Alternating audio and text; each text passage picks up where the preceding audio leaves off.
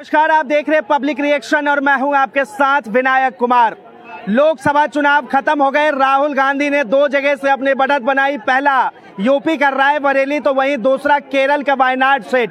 दोनों के दोनों सीट चर्चा में रहे पूरे लोकसभा के दौरान और साफ तौर पे कहा गया कि इस बार राहुल गांधी अपनी एक सीट बचा ले वही बहुत है। लेकिन राहुल गांधी ने दोनों सीट पे जीत हासिल की। बहरहाल अब जो है उन्हें एक सीट रखना पड़ेगा और एक सीट को त्यागना पड़ेगा। इस बीच जो है राहुल गांधी ने बड़ा फैसला लिया और साफ तौर पर रायबरेली के सीट को अपने पास रखी और वायनाड की सीट पर प्रियंका गांधी को उतारना चाहते हैं। अब साफ तौर पे कहा जा रहा है कि रायबरेली से प्रियंका को उतारना चाहिए था तो वहां के सीट क्यों नहीं छोड़े। सबसे पहले तो आम जनता से जानते हैं कि आम जनता क्या सोचती है कि क्या वायनाड का सीट राहुल के लिए जरूरी था या फिर रायबरेली का सीट। क्या नाम है आपका? जी, मेरा नस देशवाल नाम है। और आप जिस तरह बता रहे हैं वायनाड की सीट राहुल गांधी ने छोड़ी है, तो वहाँ की देश की जनता ने उन्हें बहुत प्यार दिया और बहुत जी उस राज्य की, और दोनों जगहों से उन्हें बहुत अच्छे मार्जिन से जीत मिली है राहुल गांधी को। उन्होंने वायनाड छोड़ने का फैसला ये किया क्योंकि उत्तर प्रदेश के अंदर कांग्रेस का गिराफ 2019-2014 के अंदर बहुत ही गिर चुका था, लेकिन अब बहुत अच्छा गिराफ है। तो वो चाहते हैं कि यूपी, अगर दिल्ली को किसी को तय करना है तो वो यूपी से ही रास्ता होता है। तो वो चाहते हैं कि मैं यूपी में मजबूत रहूं, और वायनाड की जनता तो उन्हें पहले से ही प्यार करती है।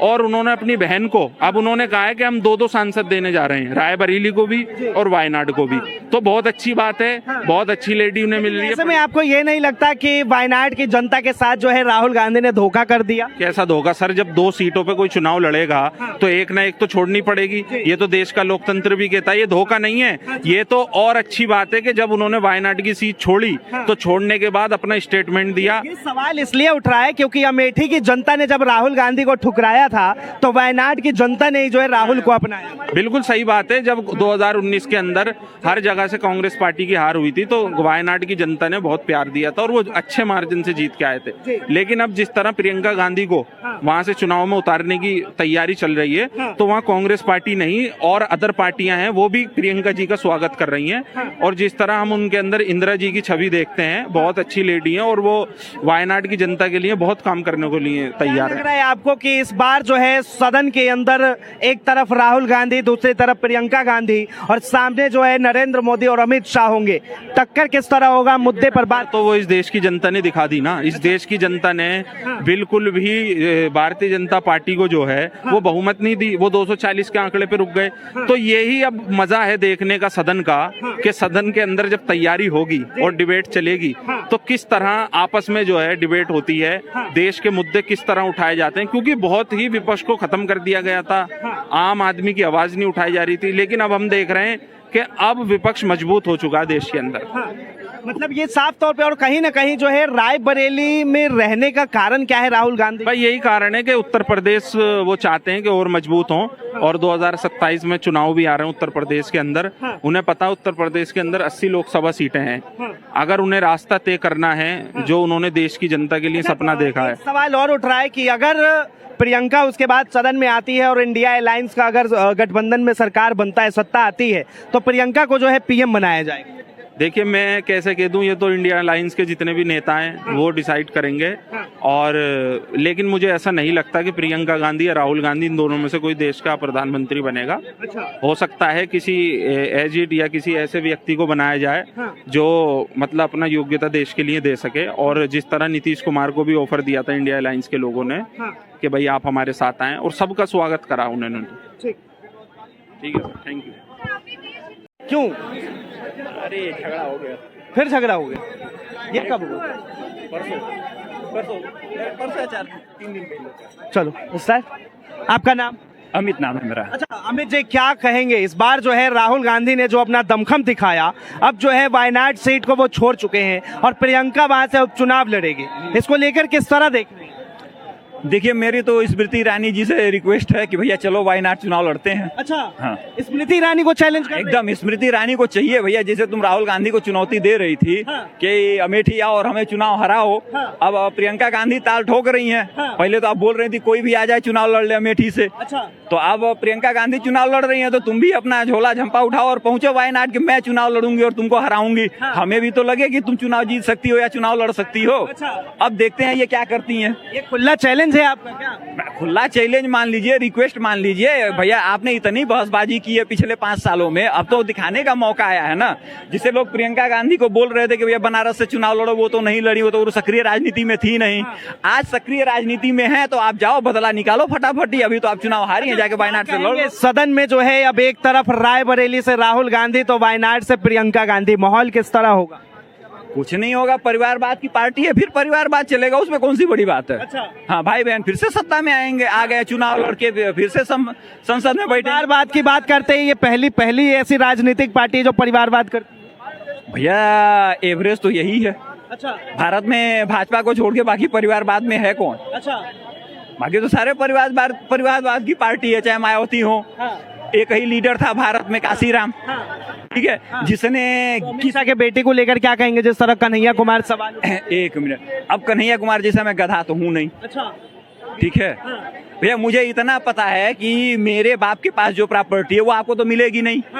ठीक है भैया, अगर कन्हैया कुमार को इतना नॉलेज होता तो थोड़ा सा पढ़ लेते। वो तो गुजरात कोटे के तहत वहाँ पे हैं, उसके पहले वो गुजरात क्रिकेट एसोसिएशन में थे।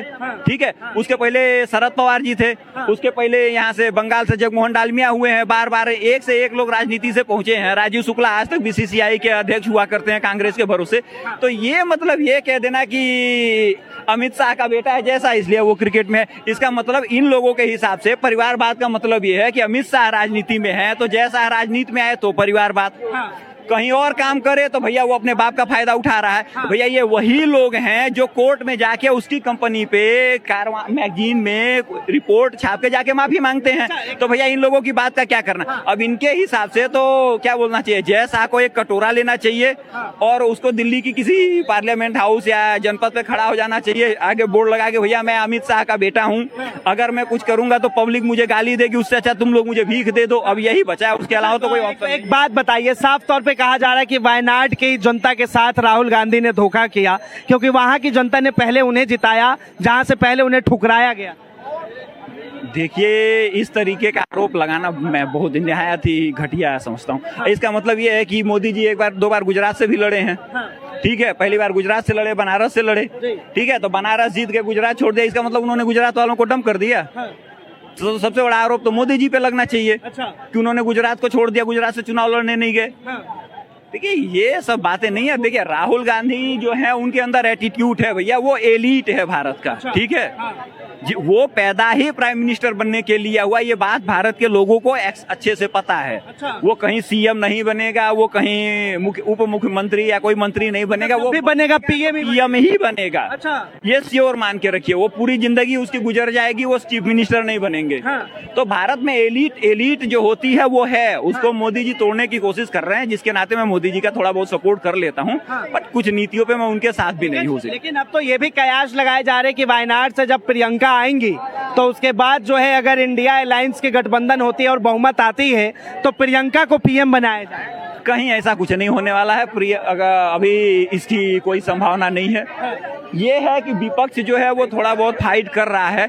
ये मान के रखिए कि ये एक मुझे तो ये सोची समझी रणनीति नजर आ रही है भाजपा वालों की। इसमें तो मुझे साजिश लग रही है, क्योंकि एक निशाने से भाजपा ने सबको साथ दिया।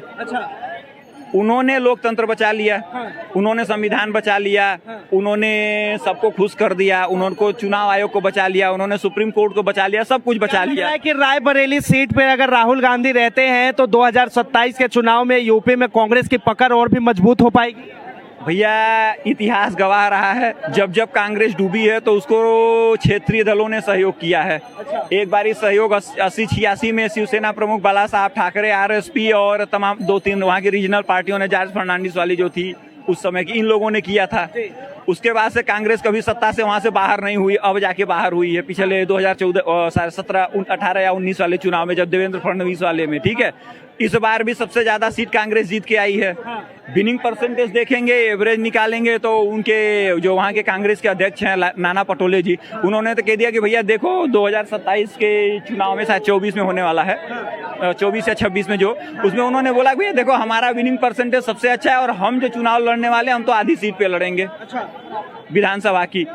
तो उस हिसाब से अब शरद पवार और उद्धव ठाकरे को सोचना है कि वो लोग क्या करेंगे। कुल मिलाकर ये कह रहे हैं कि सदन के अंदर जो है पहले राहुल गांधी आवाज उठाते थे, अब उनके साथ जो है उनकी बहन प्रियंका भी आवाज उठाई।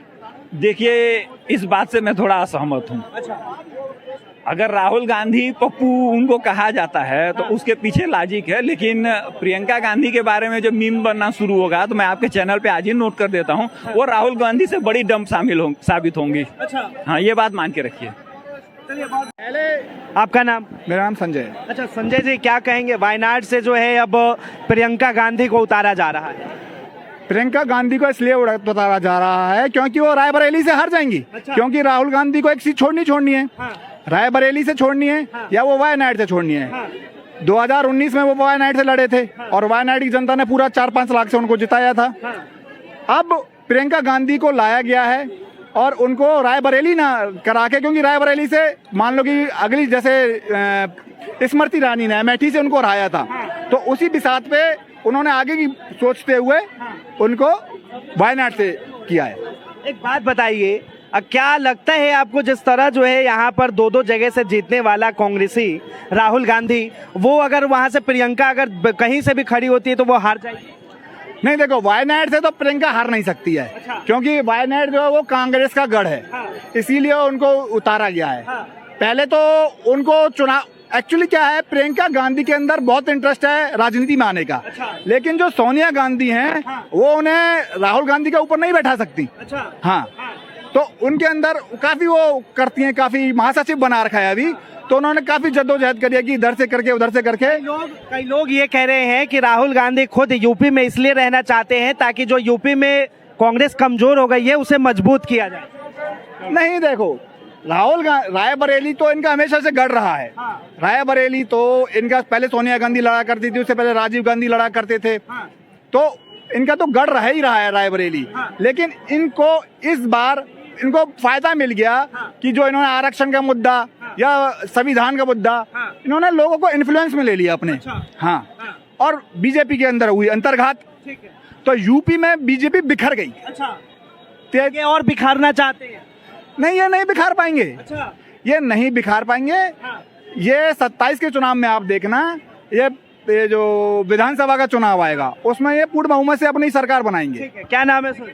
रामचंद्र दुबे। अच्छा दुबे जी, क्या कहेंगे, एक तरफ राहुल गांधी वायनाड सीट से जीते, दूसरी तरफ जो है रायबरेली से, अब वो वायनाड सीट छोड़ रहे हैं, वहां से प्रियंका को उतार रहे हैं, क्या फायदा होगा? कोई फायदा नहीं होगा। कोई फायदा नहीं। तो ये देखिए, आम जनता की जो है अपनी अपनी राय है। बहरहाल किस तरह जो है अपनी बातों को रख रही हैं। प्रियंका गांधी को एक बार फिर से पहली बार वायनाड सीट से उतारा जा रहा है और साफ तौर पे कई लोगों ने तो ये भी कह दिया कि स्मृति ईरानी को भी वहां से बीजेपी उतार दे। और साफ तौर पे जिस तरह स्मृति ईरानी अमेठी में राहुल गांधी को चैलेंज करती है, तो वो जो है अब इस वक्त वायनाड सीट पे लड़के और जीत के दिखाए। बहरहाल इस चीज को लेकर आप क्या सोचते हैं कि क्या प्रियंका उतनी मजबूती के साथ सदन के अंदर सबकी बातों को रखेगी, आम जनता की आवाज उठाएगी? बेरोजगारी, महंगाई मुद्दे ये तमाम है और इन तमाम चीजों पर किस तरह वो बात करेगी? फिलहाल के लिए इतना ही। ऐसे तमाम खबरों के लिए देखते रहें पब्लिक रिएक्शन।